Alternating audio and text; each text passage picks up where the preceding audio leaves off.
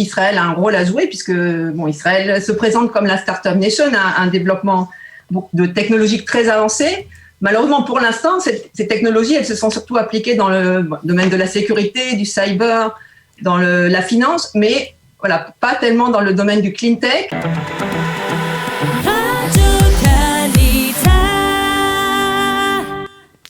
Docteur Rivka Vanish, bonjour, Boker Tov.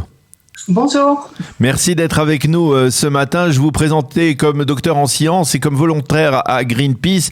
Et vous êtes bien entendu très directement impliqué dans ce qui va se passer ces jours-ci, ces prochains jours à Glasgow, cette fameuse COP26. Et les implications de cette conférence sur la planète. Alors, tout d'abord, je voudrais essayer avec vous de dresser une sorte de bilan de ce qui s'est passé depuis la COP 21, c'est-à-dire c'était à Paris il y a 5 ans. Qu'est-ce qui s'est passé ? Est-ce que les engagements qui avaient été pris à Paris ont été concrétisés ? J'ai le sentiment que la réponse est plutôt négative. Donnez-nous un aperçu de ce qui a été fait au cours des 5 dernières années. Oui, alors ce qui a été fait au cours des 5 dernières années, effectivement, il y a des engagements qui ont été pris, tant au niveau de réduction d'émissions de gaz à effet de serre que de passage aux énergies renouvelables, d'efficacité énergétique, donc ont été faits par toutes les parties qui participent à la COP et qui ont signé les accords de Paris. Malheureusement, effectivement, on voit que hormis quelques pays qui sortent du lot et qui ont réussi à passer à 100% d'énergie renouvelable, comme la Norvège, la Nouvelle-Zélande qui sont très en avance. La plupart des pays n'ont pas atteint leurs objectifs, ni en termes de réduction d'émissions de gaz à effet de serre, ni en termes de passage aux renouvelables. Ceci dit, il y a eu quand même des avancées et des lois contraignantes qui ont été passées dans l'Union européenne en particulier et dans beaucoup de pays qui s'engagent à arriver à zéro émission nette en 2050. Donc voilà, mais il y a toujours un écart entre les déclarations et les accomplissements de ces parties. Alors, d'abord, est-ce que raisonnablement, il est possible d'espérer de la part de pays qui ne sont pas particulièrement des pays démocratiques ou même, des pays qui sont même démocratiques mais qui ont une population immense. Je pense d'abord à la Chine, je pense à l'Inde, qui sont les 2 grands pays, on va dire, en Asie. Est-ce qu'on peut attendre de ces pays qu'ils prennent des décisions qui soient révolutionnaires et qui permettent justement de lutter de manière efficace contre le réchauffement climatique, parce que finalement on a l'impression que c'est eux, c'est-à-dire Israël par exemple, c'est un petit pays, hein, c'est vraiment 0,0%, même moins que ça, tandis que la Chine, l'Inde et d'autres grands pays peut-être ne répondent pas du tout à cet appel. Alors, non, pas du tout, ce n'est pas vrai. L'Inde et la Chine, c'est des cas très différents. En Chine, alors c'est vrai qu'il y a un gouvernement un peu dictatorial, centralisé, mais on peut dire que ça peut avoir aussi des avantages dans la mesure où, du moment, s'ils prennent une décision, ça va être peut-être plus facile de la faire appliquer. Et les Chinois, alors, c'est avec aussi des contradictions, mais se sont engagés, ont pris des mesures très, très ambitieuses, notamment sur l'efficacité énergétique, se sont engagés à arriver à zéro émission en 2050. Est-ce qu'ils le tiendront ? La question existe toujours, mais je crois que tout le monde est embarqué dans la même galère.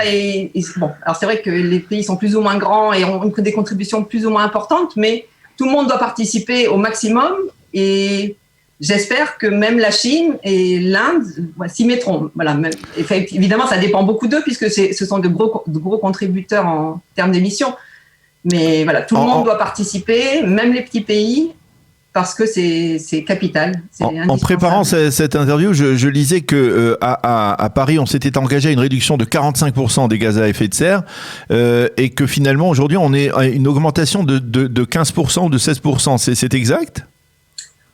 Oui, les émissions de gaz à effet de serre ont augmenté. Elles ont un peu baissé suite l'année du corona, mais ont réaugmenté. Donc, en cumulé, oui.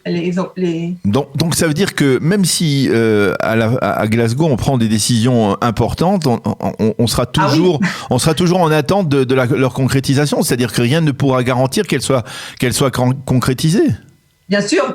Prendre des engagements, c'est pas très compliqué. Les tenir, c'est le défi. Alors, est-ce que au niveau, on voit que très peu ont réussi à tenir et que les plans qui sont présentés ne sont pas toujours ne sont pas convaincants parce qu'on voit qu'ils ne permettent pas d'arriver à ces objectifs. Est-ce qu'on peut parler de sanctions pour les pays qui ne respecteraient pas leurs engagements ?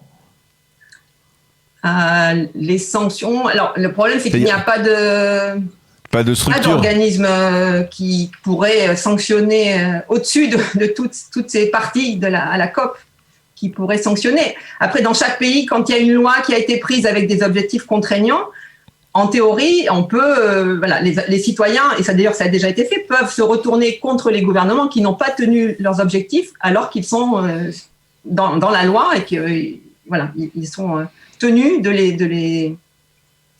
les atteindre. De les respecter. Je voudrais qu'on dise un mot sur Israël. Le Premier ministre, la semaine dernière, a pris cet engagement, lui aussi, de réduire à zéro les émissions de gaz à effet de serre d'ici 2050. Alors, c'est très bien tout cela, mais Israël, c'est pas véritablement le pays le plus important de la planète, c'est-à-dire au niveau de superficie, au niveau pollution même. Est-ce que vous pensez que l'État d'Israël a un rôle à jouer spécifique de par son expertise qui est reconnue mondialement en matière de haute technologie? Est-ce qu'aujourd'hui, il y a des projets de start-up israéliennes dans le domaine du développement climatique et pas plus tard qu'hier, Nathalie Bennett en parlait, disait qu'on pouvait être un pays leader en la matière? Alors, oui, je vais tout d'abord préciser que certes, Israël est un petit pays en termes de contribution, encore que par habitant, il contribue beaucoup, mais les conséquences vont être... il va subir les conséquences comme les autres, ou voire plus que les autres, notamment du point de vue du réchauffement. Donc, c'est important d'agir malgré tout et de prendre des mesures d'adaptation aussi pour lutter contre les conséquences du réchauffement. Alors, pour ce qui est de la technologie, oui, évidemment, Israël a un rôle à jouer puisque Israël se présente comme la Startup Nation, un développement de technologies très avancées. Malheureusement, pour l'instant, ces technologies, elles se sont surtout appliquées dans le domaine de la sécurité, du cyber, dans la finance, mais pas tellement dans le domaine du clean tech. Alors maintenant, on voit que effectivement, ça commence à démarrer et que ça devient un domaine auquel les startups s'intéressent. Donc, on peut espérer que Israël, s'engage complètement dans le domaine des technologies vertes et contribue, au-delà de sa taille en termes de population, contribue à la lutte contre le réchauffement climatique pour toute la planète. Oui, je parlais de la taille. Effectivement, vous dites que vous nous rappelez que d'une certaine manière, on dit que l'État d'Israël, le réchauffement dans la région, on va dire régionale, est beaucoup plus intense que dans d'autres pays, oui, dans d'autres parties de la planète. 3 fois, oui, plus élevé que dans le. Pourquoi ? La moyenne. Oui. Pourquoi justement au Proche-Orient ? Proche-Orient, j'imagine, à cause des conditions climatiques particulières qui font que, on observe, je ne sais pas si les scientifiques ont étudié la question, on observe on s'est réchauffé de 0,5 degrés par décennie dans les 3 dernières décennies et que c'est un rythme de réchauffement beaucoup plus important que la moyenne des autres pays et que ça aura des conséquences en termes de canicule, en termes pour l'agriculture, de désertification. Donc, il est vraiment très, très important de réagir vite et efficacement.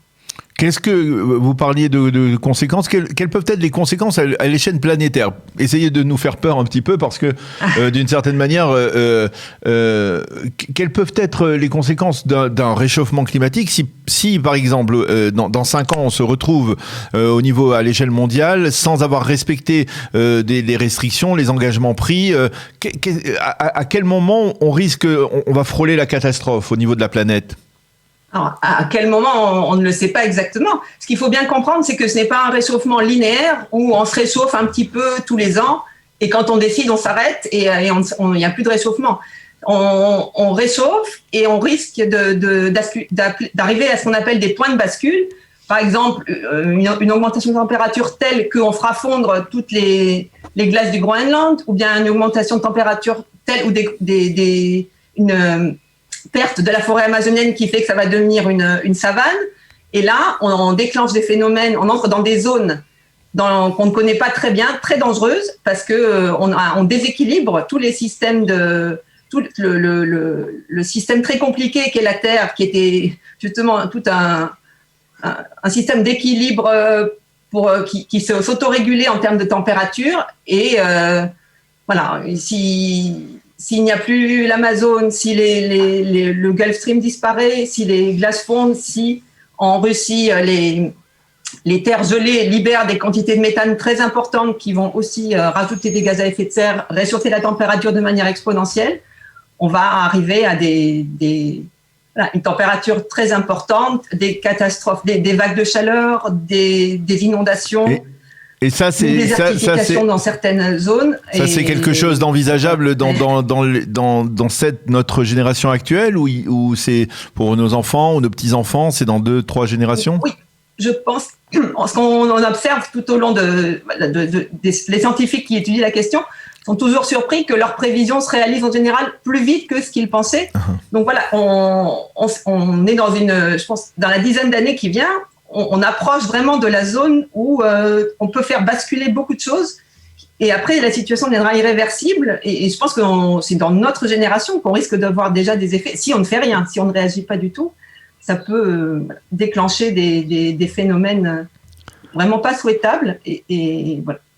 Eh bien, on va se dire c'est dans 20 ans, c'est dans 30 ans. Non, on ne sait pas vraiment et on peut y arriver beaucoup plus vite que ce qu'on pense. Ouais. Eh bien, c'est pas tout à fait rassurant, mais effectivement, je pense que le message. Mais il faut en être conscient pour savoir que c'est pas linéaire. Il faut agir vite parce que on ne maîtrise.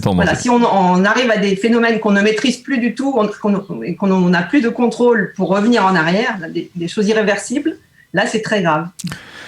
Eh bien, docteur Yves Cavendish, merci beaucoup d'avoir été avec nous ce matin, nous avoir expliqué, on va dire, les tenants et les aboutissants de cette COP 26 qui débute ce soir à Glasgow. Merci d'avoir été avec nous. Bonne journée et bonne poursuite de vos recherches dans la matière. Merci, au revoir.